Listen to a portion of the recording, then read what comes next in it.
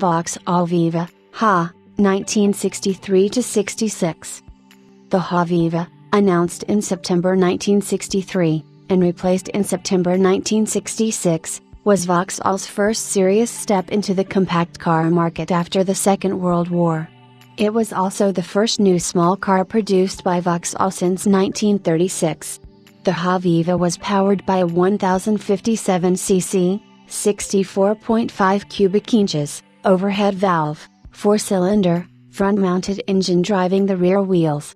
It was comparable in size and mechanical specifications with the new Opel Kadett released a year earlier in continental Europe, being a result of the same project.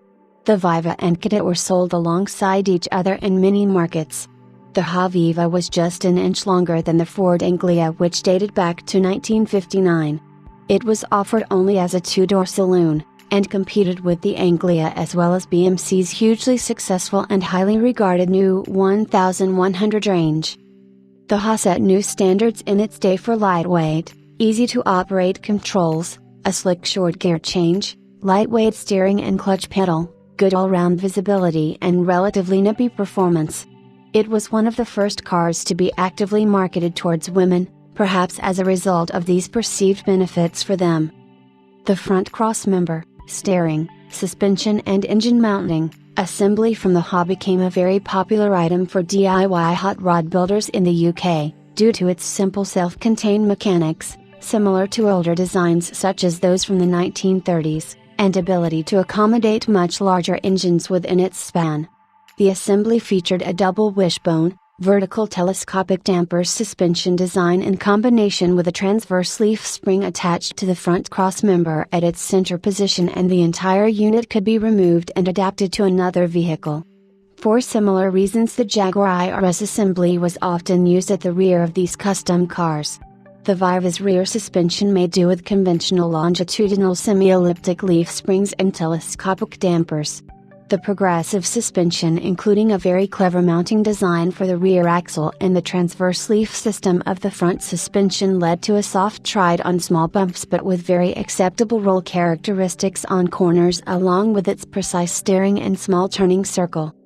In Canada, the HA was sold as the Vauxhall Viva by Pontiac, Buick dealers, and also as the Envoy Epic by Chevrolet, Oldsmobile dealers, and was second in sales to the Volkswagen Beetle amongst imported compact cars. In France, and Algeria and Tunisia, the car was marketed as the Vauxhall Epic. The Viva was initially launched in standard and deluxe versions, identifiable by their simple horizontal slatted metal grilles. Minor changes in September 1964 included improved seats and more highly geared steering. A more luxurious SL, for super luxury, variant appeared in June 1965. The SL differed from the base models by a relatively elaborate grille and, normally, by a painted strip along the side of the car. Unlike the base model with its unique tail lamp design, the SL featured a horizontal row of 3 plain, round Lucas Parts bin lamps, not unlike the vertical arrangement employed on Singer Gazelle cars of that era. Engines were available in 2 states of tune. Entry-level models came with a power output of 44 brake horsepower, 33 kilowatts, while the Viva 90, introduced in October 1965, had a higher 9:1 compression ratio and produced 54 brake horsepower, 40 kilowatts. The availability of 2 engines and 3 trim options enabled Vauxhall to offer 6 Viva variants in some markets. 90 models came with front disc brakes, while SLs featured contrasting body side flashes, a crisscross chrome-plated front grille, full wheel covers, 3-element round tail lights and better interior trim.